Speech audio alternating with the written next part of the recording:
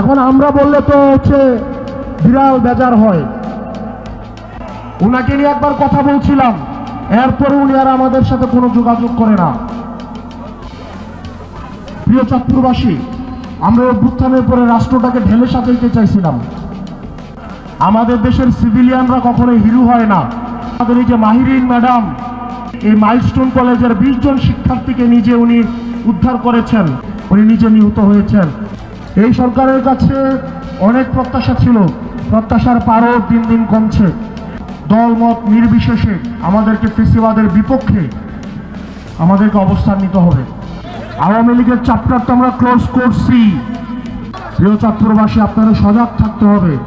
ওই আকাশ থেকে প্লেন ভেঙে পড়বে, এই ধরনের রাষ্ট্র ব্যবস্থা আমরা চাই না। নিজেদের আবার পুনর্মূল্যায়ন করুন, সুস্থ থাকবেন। আমরা যেন এই জাতীয় শোককে, যারা নিহত হয়েছে তাদের আত্মার মাগফিরাত কামনা করছি।